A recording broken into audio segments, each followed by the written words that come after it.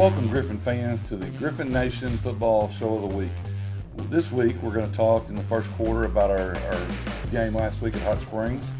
If you call it a game, we didn't play real well, but we'll talk about Hot Springs. In the second quarter, we've got special guest, Coach Chris Redmond, who's new to this staff this year. At halftime, we'll talk about our MVTs, Miss Phillips and Mr. Fields, two outstanding teachers. In the third quarter, we'll talk a little bit about the Conway Wampus Cats, who's coming to town this Friday night in the opener of the 7A Central Conference. And then in the fourth quarter, we'll talk about our opponents, how they did last week or in non-conference, how they're doing, who they play this week, and how we think they'll fare. We got a great show. Let's just jump right into it, and we'll go with Coach Maltbia to talk about the offense last week at Hot Springs. Yes, sir. So, Coach, we didn't do our best. Just bottom line on it, we had more negatives than positives in the game. But with that being said, we had 385 yards. Brian Ussery, one of our starting running backs, Coach, had 16 carries, 85 yards, and a touchdown. I'm proud of that guy. Yeah. Okay. He's a horse. We worked him, and so, Coach, if we limit our turnovers during the Hot Springs game, I think we have a better outcome. Even though we scored 30 points, but not enough to win. Well, you know, anytime you play a team like Hot Springs, they're going to play up tempo, they're going to score some points more than likely. They're doing something that's a little bit different. Yes, I think it's really important that we control the tempo. Yes, we shorten the game. That's what this offense is all about. And too many times, I thought we punted the ball, I think 5 times. Yes. Too many times Friday night, we went out there and just either missed a block. We had 10 players that did what they were supposed to do, one guy that didn't, and it really hurt us. So, but having said that, I think we learned a lot last week, Yes, sir. and we're excited about where we're going. Yes, sir. With our young kids. We've got a lot of young players. Coach, let's talk a little bit about the defense performance. Whew. Well, what a performance it was. Man, they jumped on us on the first play just like a fat man at the Golden Corral. I mean, and it was unrelentless. I mean, they just kept piling their plate up. We gave up 61 points. Most of it, just about all of it through the air. They had 9 touchdowns. And really, there weren't a whole lot of positives. Terquan Anderson played really, really well, had 2 pass breakups, had an interception on a 2-point conversion attempt, and also had 7 tackles. So he was our leader defensively, and really on our production chart was the only player in positive numbers. Yeah. So that kind of tells you how that night was. To our audience out there, right now we've got a young football team that's not had a lot of success over the course of the first 2 years of the school. And we talk all the time to our kids about handling adversity, and we've been getting better at that, I feel like, over the course of the first couple of games. But last week we were in different environment. We had won the game against Rogers Heritage, and by no means am I giving an excuse. I'm just giving what I saw, and I think our coaching staff saw. We didn't have a great week of practice. I felt like all week everybody was getting patted on the back, told how good we were, how great we played against Heritage.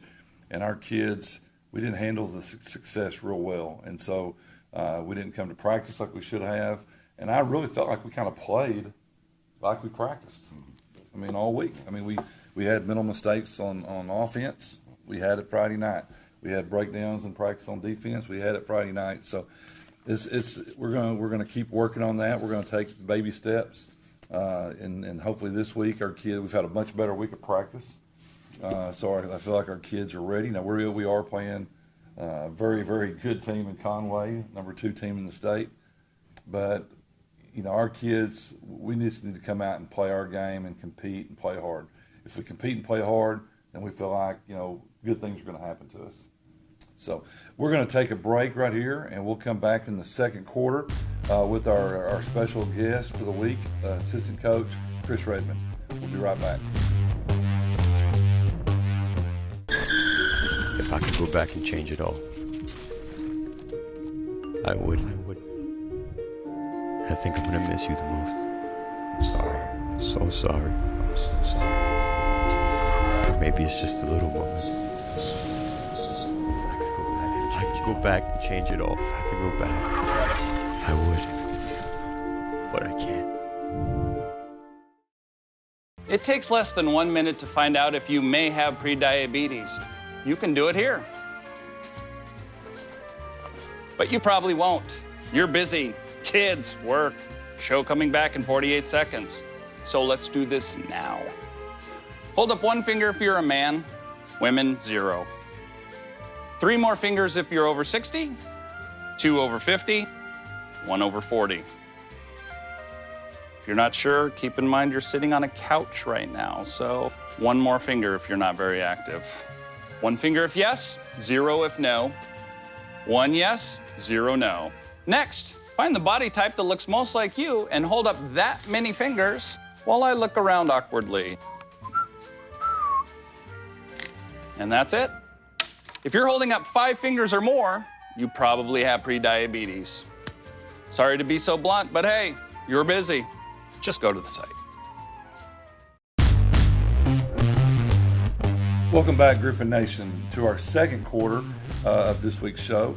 This week we've got special guest Chris Redmond. He's new to our staff this year. That's a pretty sweet wave he just gave right there to the audience. Chris, tell us a little bit about your educational and athletic background in high school and college. High school was a wild time. I started out at 9th grade, Flask Academy. Then I went on to play at J. Fair. Then I transferred to Little Rock Central. Then I transferred to North Little Rock, and then I ended up graduating high school up there in Fayetteville with an old coach named Darryl Page.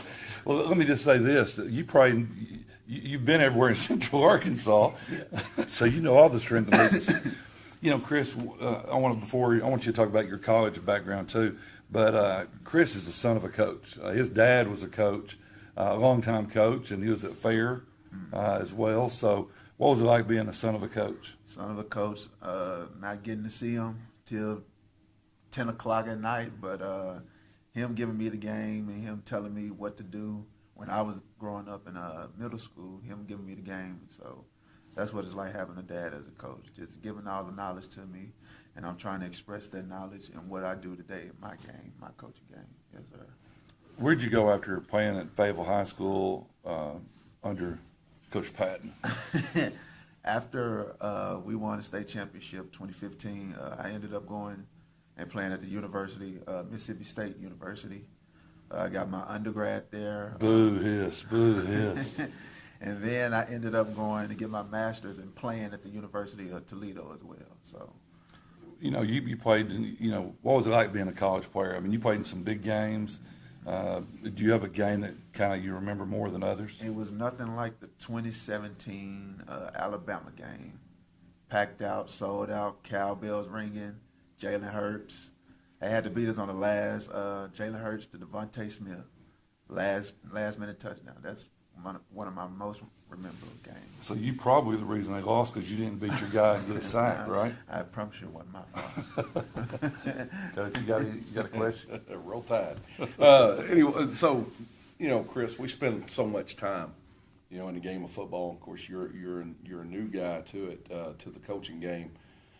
And, that's one thing that we end up doing is we spend so much time with football. What do you like to do outside of here? So when you're not here at the field house, when you're not here working, what are some of the hobbies? What do you like to do away from it? Well, away from it, I like to lift. Obviously, I love music, so I like to play the drums, and I'm a gamer too. Play video games most of the time. Talking about dancing, Coach, we've laughed about this. Yeah. Before our first game against Rogers, we're all dressed in our coaching gear. We all go out there in pregame. And I look down the end zone, and Chris is just dancing up a storm. Now, that's part of it just being a young coach. He's excited. He spent all his energy in pregame. He was soaking wet. We hadn't even got to the kickoff yet. I thought Chris was going to go to the training room, you were dehydrated, weren't you? 100 degrees, and he was soaking wet. What? Last question, Chris. Again, we are so fortunate and happy, lucky to have you. What do you like so far about Southwest in general, sports or education-wise, building facility-wise, what do you like best about Southwest so far? So far, working with the staff, I went to J Fair myself, so all the staff that were my teachers and administrators, working with them now, so it's like a one big family here, and all the coaching staff that we have here is like one big family, and of course, I gotta love the facilities. No better facility in the state than what we have here at Southwest. We usually do this with our guests. Do you have a shout out? You want to say thanks to, parents or girlfriend, or do you have any shout out? Shout out to mom and dad. They raised me well, I can say the least. It's just the least I can say about them. So thank you to those guys. Shout out to Coach Patton, I guess. I guess I give him a shout out. Good. Well, like I said, I had the very, very fortunate time to coach him in high school. Quick story here: when we were at Fayetteville, we were doing a team camp in the summer, and we're down at the far end. You got Bentonville, you got Harbor, Springdale. We're all in there, and then in comes this young man and his father. And they're asking the Bentonville coaches and Harbor, where's Coach Patton? And so they point down there to the end, and he comes walking over, and he's like, we want to transfer him to Fayetteville High School.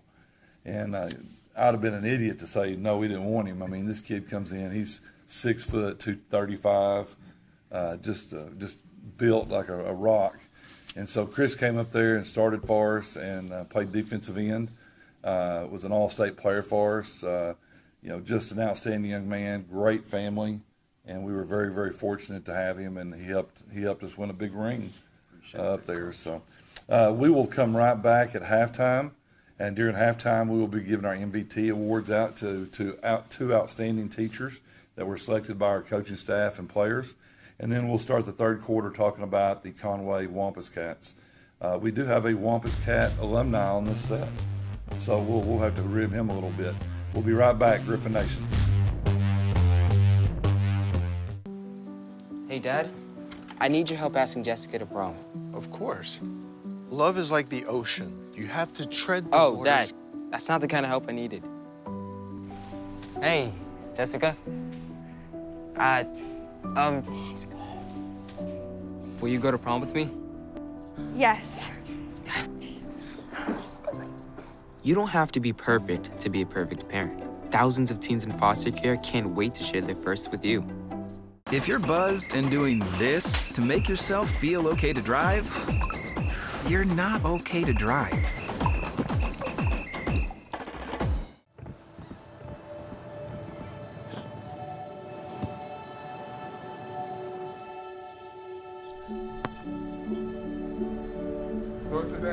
I don't remember how it started.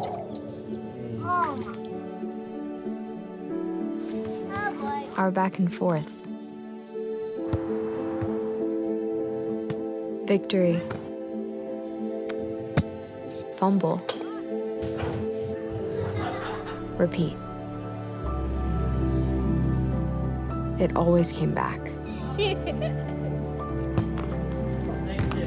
Dad! Okay, here we go, throw it! Yeah. You probably don't remember what you told me, That was perfect. but I heard every word. Nice.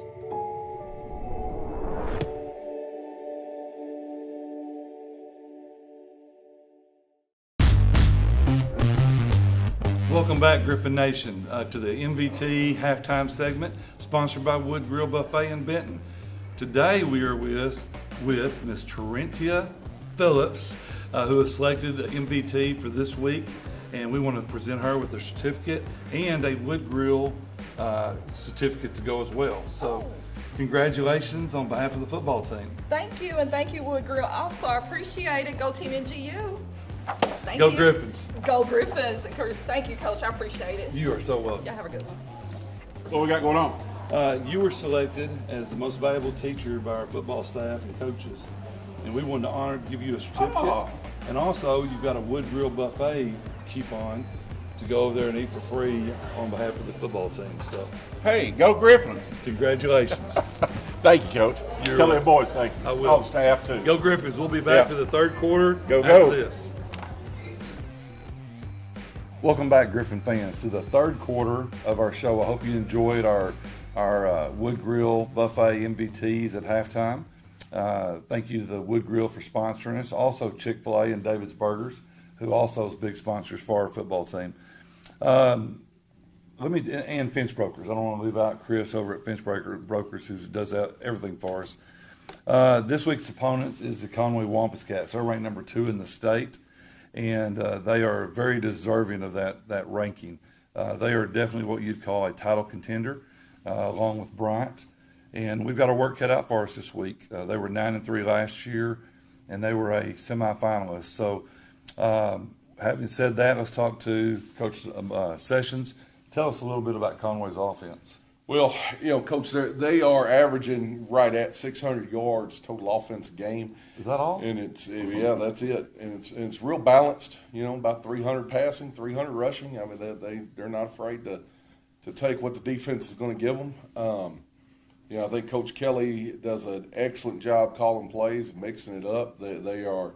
If you look at all of it overall, they're 51% run, 49% pass, so they're very balanced. All of their passing game comes off the run action, a lot of it. They'll RPO you. You have to defend the whole field, sideline to sideline, and you've got to be solid. You make one mistake, and they're going to take it to the house.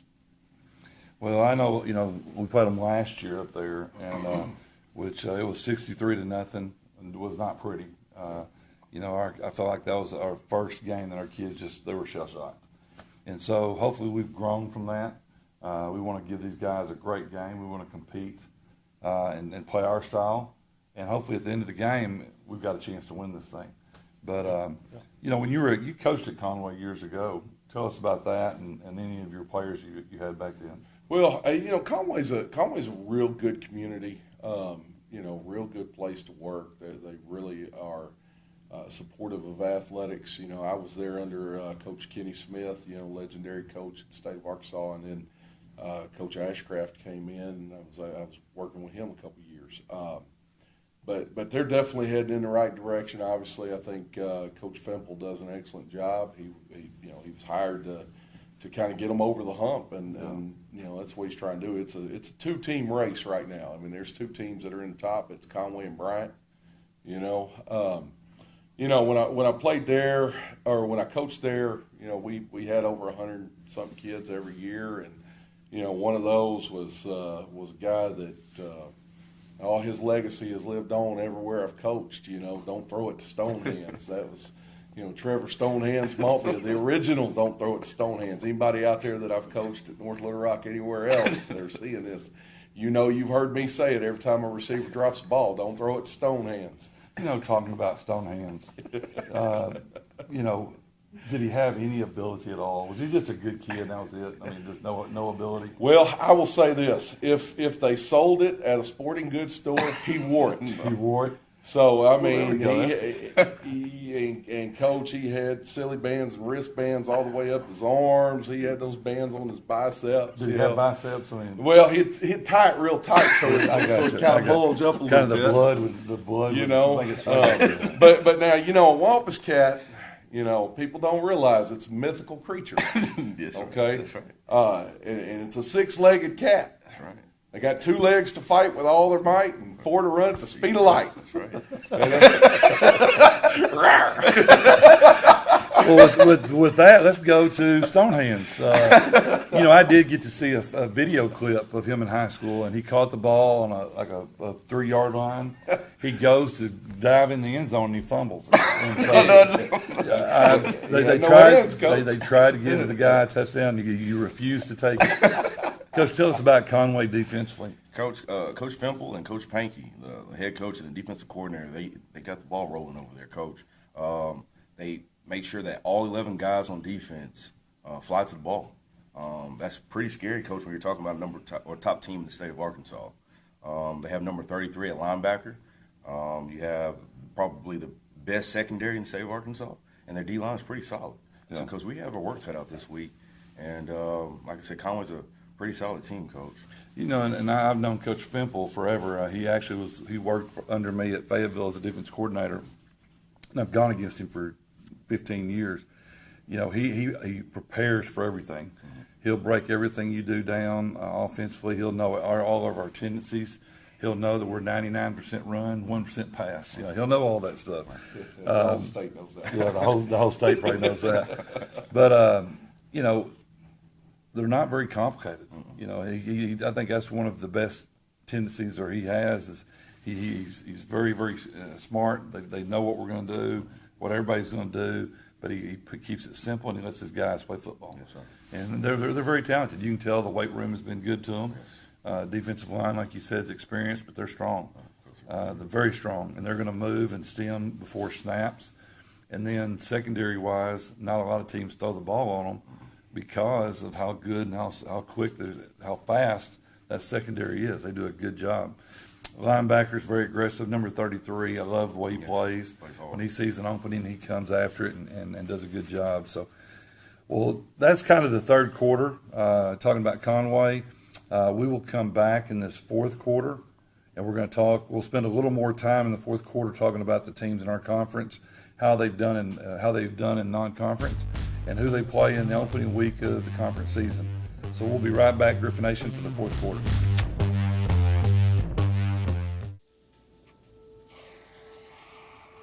Dad? Just 1 minute, okay? Hey, Bobo, do trees tell each other stories? I'm sorry. I'm afraid I don't know that. Hey, why don't we go find out?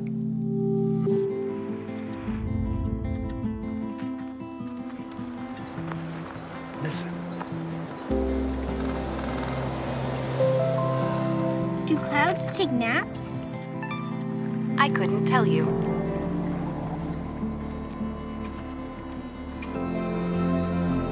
Can birds draw pictures? I don't have an answer for that. Dad, do stars visit their friends? Look!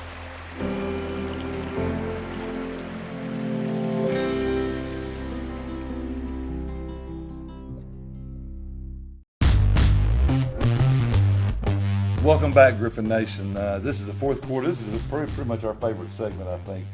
We get to kind of be like college game day, and we get to look at games and talk about the strength, weaknesses, and who we think will probably win. So, and then Ray will put on a big mascot head at the end of the day for the game of the week. But looking at our non-conference opponents, Rogers, they're a lot better than we thought going in. We got them. We respected them. We knew they were going to be good, but they're just a lot better than we thought, and the state thought pretty much. They're 3-0. They've dominated everybody they've played this year. They played Fort Smith Southside. Coach Southside's coached by Kim Dameron, one of my former college coaches. He's doing a great job down there, but there's not going to be a match for Rogers. Rogers is on a roll, and so I look for Rogers to beat Southside. Then you have Rogers Heritage. They're 2-1, much improved. The one loss was to us a couple of weeks ago. They played Springdale, and that game there is going to go a huge way in determining who makes the playoffs. And I'm going to tell you what, I'm going to go with Heritage, I think, over Springdale. Springdale right now is struggling a little bit, so I'm going to say Heritage beats them. That could be called an upset. I'm not sure. Right. And then, you know, our third non-conference game was Hot Springs. Hot Springs is 2-1. Boy, they are very dynamic on offense. They've got some very talented kids at the receiver position. Quarterback looked like just a winner out there Friday night. He looked like Brett Favre. I mean, he was just throwing darts everywhere all over the field. Peyton Manning. He might have been. He played well. And give credit to that young man and those receivers. You know, he threw for right around 400 yards and 8 touchdowns. That's hard to do. That's not been done much. But they play Parkview.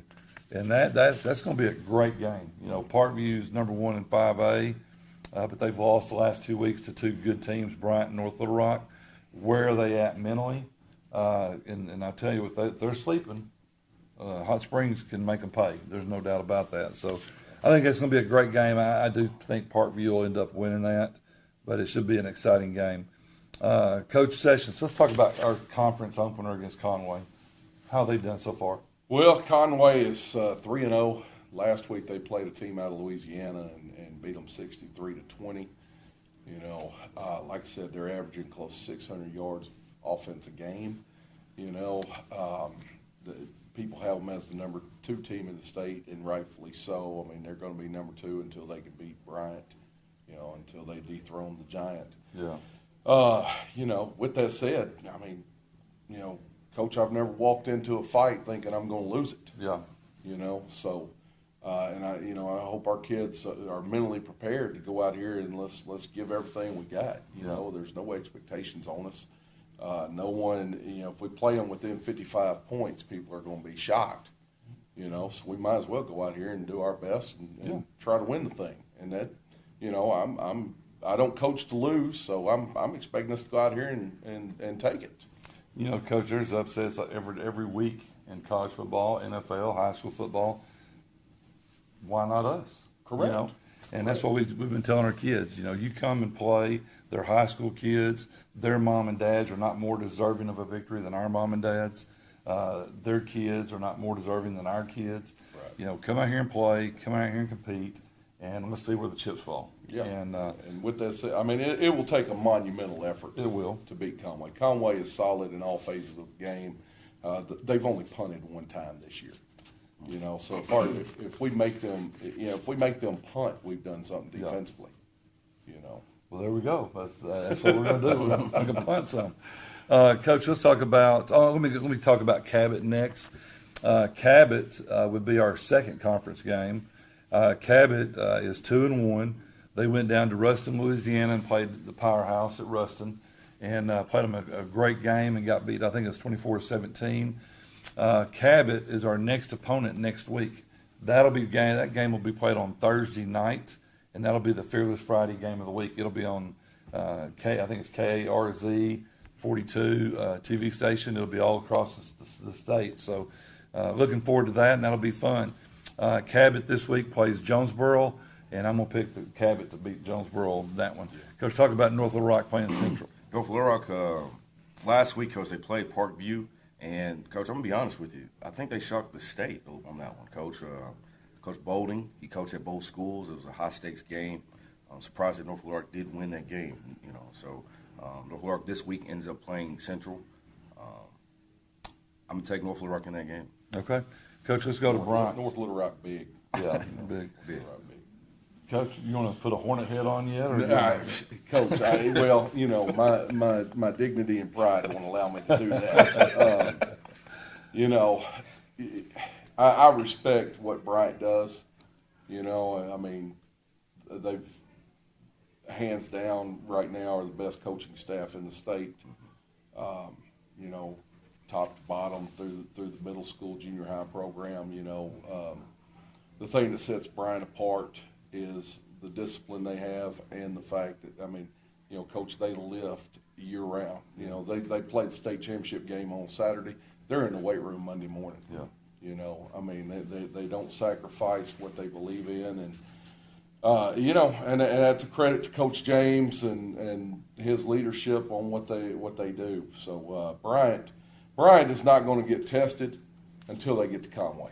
Yeah. I mean, let's be honest. Yeah. When they play Conway, every eye in the state should be on that one. They need to move that game to War Memorial Stadium. Forget the Salt Bowl. Yeah. So No, I agree. Bryant big. Bryant's going to beat Northside. It'll be over by half. You know, so you're looking at the 4 games. You got North Little Rock at Central. We're all in agreement. We think North Little Rock wins that. Bryant plays Northside. Northside played them really close last year, but they're a young team. We all agree that Bryant should win that. Cabot plays Jonesboro. We all think Cabot's going to probably beat Jonesboro. So your top 3 teams in the state, Bryant, Conway, and Cabot, we all look for them to win. Bryant and Cabot to win. Conway, we're pulling the upset. We're going to say the upset there. But we've had a great time on the show today. Again, we're proud of our kids, even though we didn't play real well last week. Lessons were learned. We've had a great week of practice this week, and we're going to, be here on Friday night, getting after Conway. Put on your green and purple if you don't have anything to do. Come on out here and cheer us on to a victory. We will see you next week on the Gryphon Nation Football Game of the Week show. It's a great day to be a Gryphon. Go Gryphons.